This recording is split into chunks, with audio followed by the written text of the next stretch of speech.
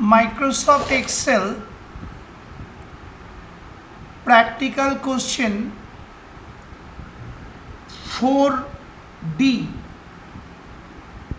অর্থাৎ 4 নম্বর প্রশ্নের ঘ অংশ। প্রশ্নপত্রটা তোমাদেরকে আমি আগেই পাঠিয়ে দিয়েছি। দেখো লেখা রয়েছে ঘ অংশে, ইংরেজি ডি অংশে, কার মডেলের প্রাইসের ওপর একটি কলাম চার্ট তৈরি করো। অর্থাৎ এই যে কার মডেল আর প্রাইস রয়েছে,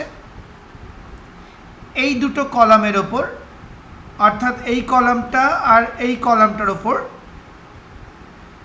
একটা কলাম চার্ট তৈরি করতে হবে।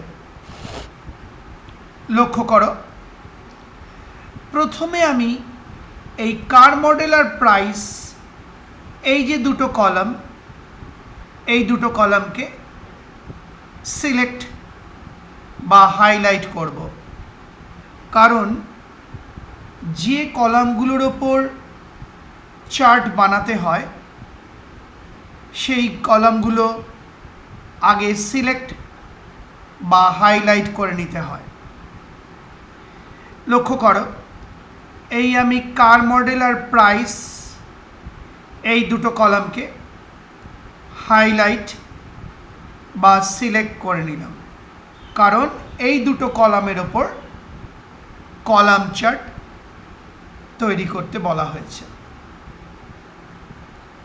এবার আমার মাউস পয়েন্টার ফলো করো, আমি ওপরে নিয়ে যাচ্ছি ট্যাবের এরিয়ায়।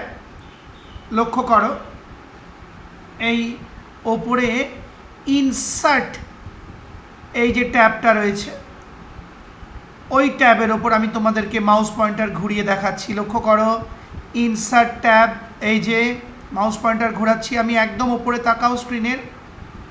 এবার আমি এই ইনসার্ট ট্যাবের ওপর ক্লিক করব। এই ক্লিক করলাম, তার মানে আমি ইনসার্ট ট্যাব অ্যাক্টিভেট করে নিলাম। এবার মাউস পয়েন্টারটা আমি নিয়ে যাচ্ছি টুল বারে। লক্ষ্য করো, কলাম বলে একটা অপশান রয়েছে, এই যে কলাম, আমি মাউস পয়েন্টার ঘোরাচ্ছি, দেখো লক্ষ্য করো, তলায় দেখো একটা ড্রপ ডাউন লিস্ট আইকন রয়েছে। এবার আমি এই কলাম অপশানটার যে ড্রপ ডাউন লিস্ট আইকন আছে সেটায় ক্লিক করব। এই ক্লিক করলাম, সঙ্গে সঙ্গে বিভিন্ন রকম কলাম চার্ট বা বিভিন্ন রকম কলাম চার্টের প্রকারভেদ আমাদের সামনে চলে এলো। এখান থেকে সিলেক্ট করবে এই একদম প্রথম কলামটা, 2D কলাম। এটা দিয়ে তুমি সরলভাবে পুরো ডেটাগুলোকে বুঝিয়ে দিতে পারবে। এই যে আমি দেখো মাউস পয়েন্টার ঘোরাচ্ছি, একদম ওপরের প্রথম কলাম চার্টের ওপর এই যে মাউস পয়েন্টার ঘোরাচ্ছি। আমি এবার এই অপশানটা বা এই কলাম চার্টটাকে সিলেক্ট করব। লক্ষ্য করো, এবার আমি একটা ক্লিক করব।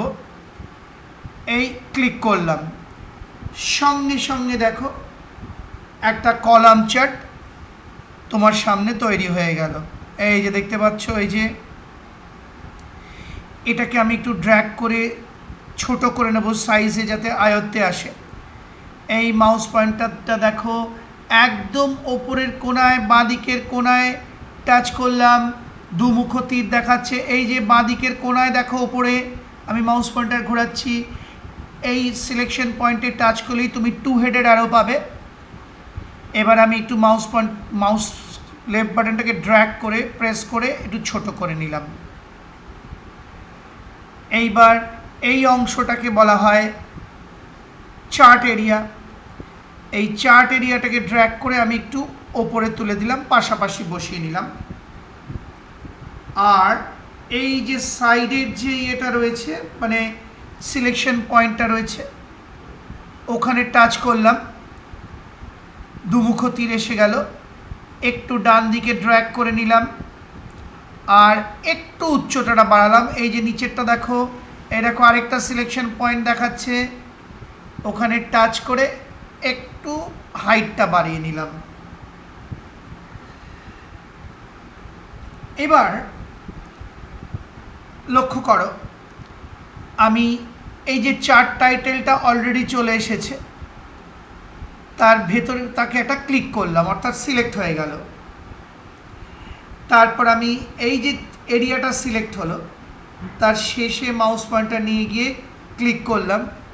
এই যে দেখো কার্সার চলে এলো, এই যে হেডিংটা বা টাইটেলটা দেওয়া রয়েছে ওটা আমি মুছে দিলাম। মুছে দিয়ে আমি লিখে দিলাম কার প্রাইস চার্ট, ব্র্যাকেটে ধরো লিখে দিলাম রুপিস। অর্থাৎ আমি একটা প্রয়োজন মতো চার্ট টাইটেল লিখে দিলাম। এবার বাইরে একটা ক্লিক করতে হবে, এই আমি বাইরে ক্লিক করলাম, সঙ্গে সঙ্গে চার্ট টাইটেলটা কমপ্লিট হয়ে গেল।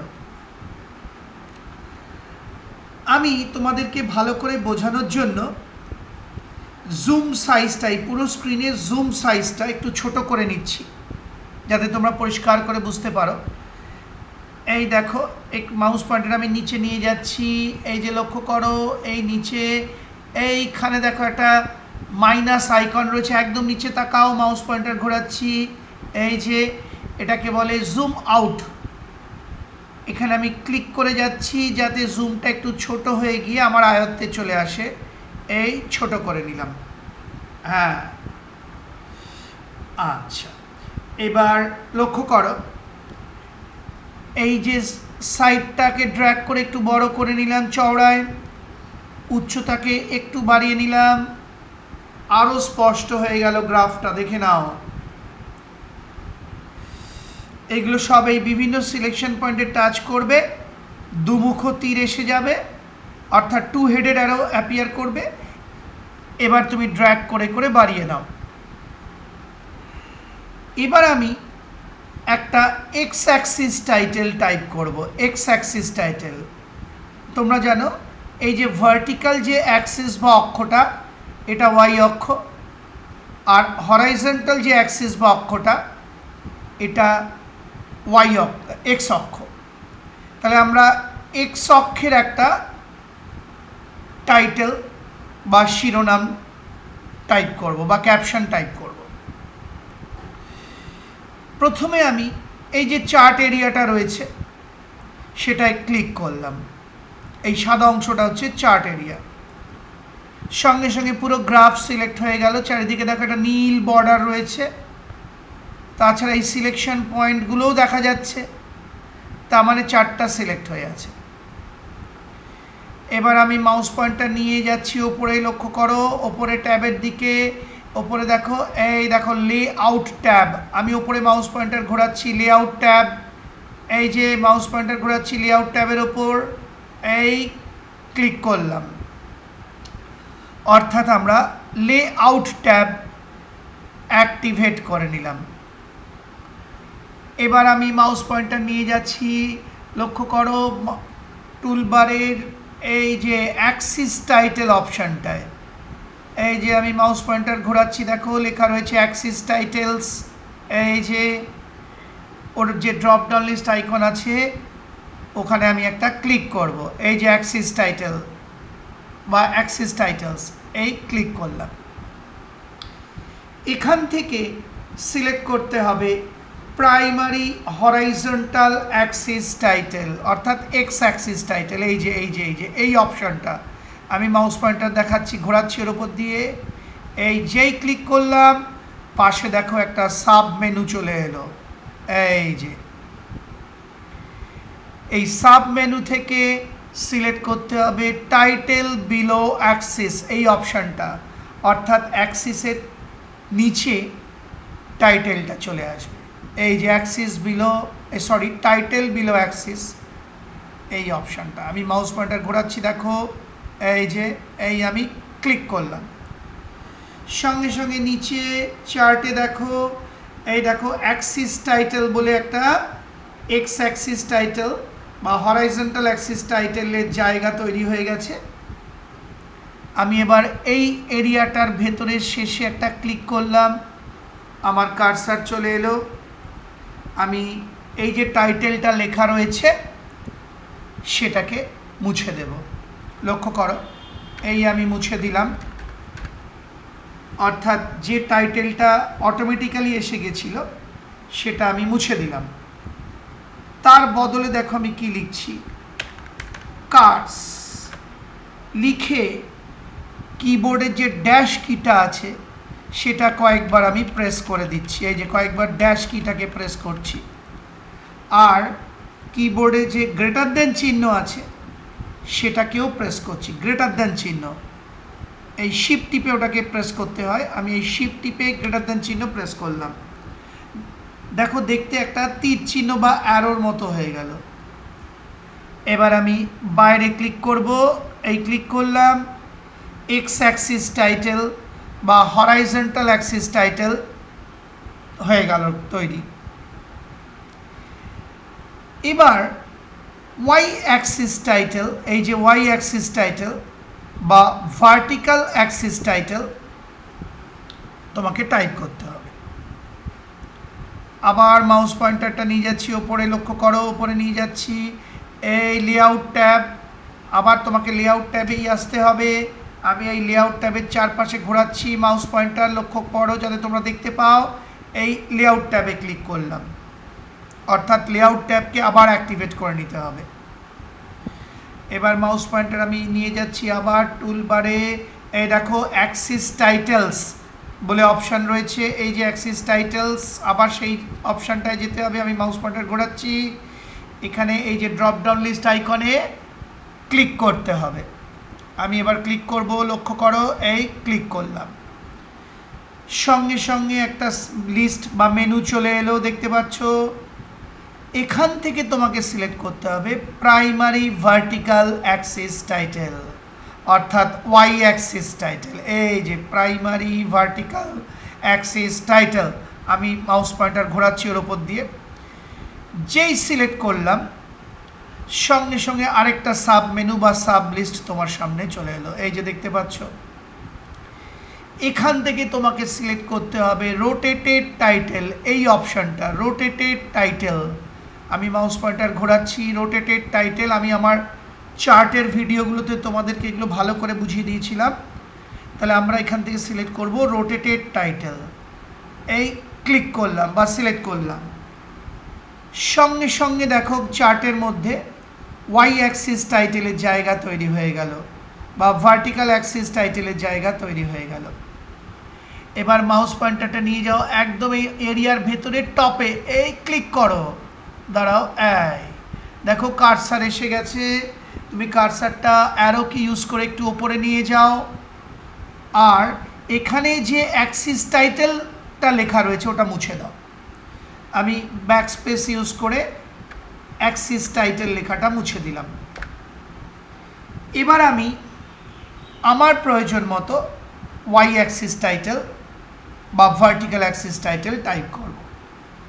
এই আমি টাইপ করছি প্রাইস ব্র্যাকেটে RS, অর্থাৎ রুপিস। আবার আমি একটু স্পেস বার মেরে ড্যাশ কিটা আবার কয়েকবার টাইপ করলাম, ড্যাশ কি, কিবোর্ডে যে ড্যাশ কি রয়েছে, এবং একটা গ্রেটার দ্যান চিহ্ন দিয়ে দিলাম, সঙ্গে সঙ্গে দেখো মনে হচ্ছে যেন তীর চিহ্ন। বাইরে একটা ক্লিক করো, এই একদম এরিয়াটার বাইরে ক্লিক করো, কাজ কমপ্লিট। অ্যারোগুলো কেন দিলাম, মানে দেখো এক্স অক্ষ, এই এক্স অক্ষের এই দিকে তুমি গাড়ি কার দেখাচ্ছ, গাড়ির নামগুলো দেখাচ্ছ, আর ওয়াই অক্ষের ওপরের দিকে, মানে ওয়াই অক্ষে ওপরের দিকে যাচ্ছে গাড়ির দামগুলো।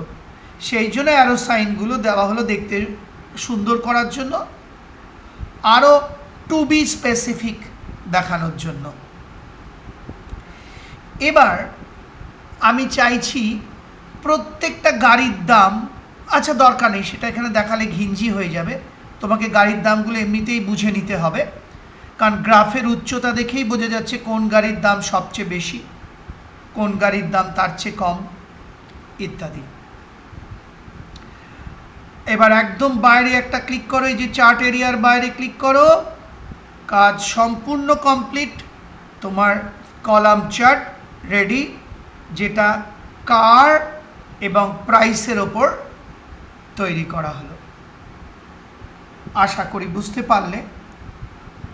সেই সঙ্গে আমার এই ভিডিওটি অর্থাৎ প্র্যাকটিক্যাল কোশ্চেন 4 এর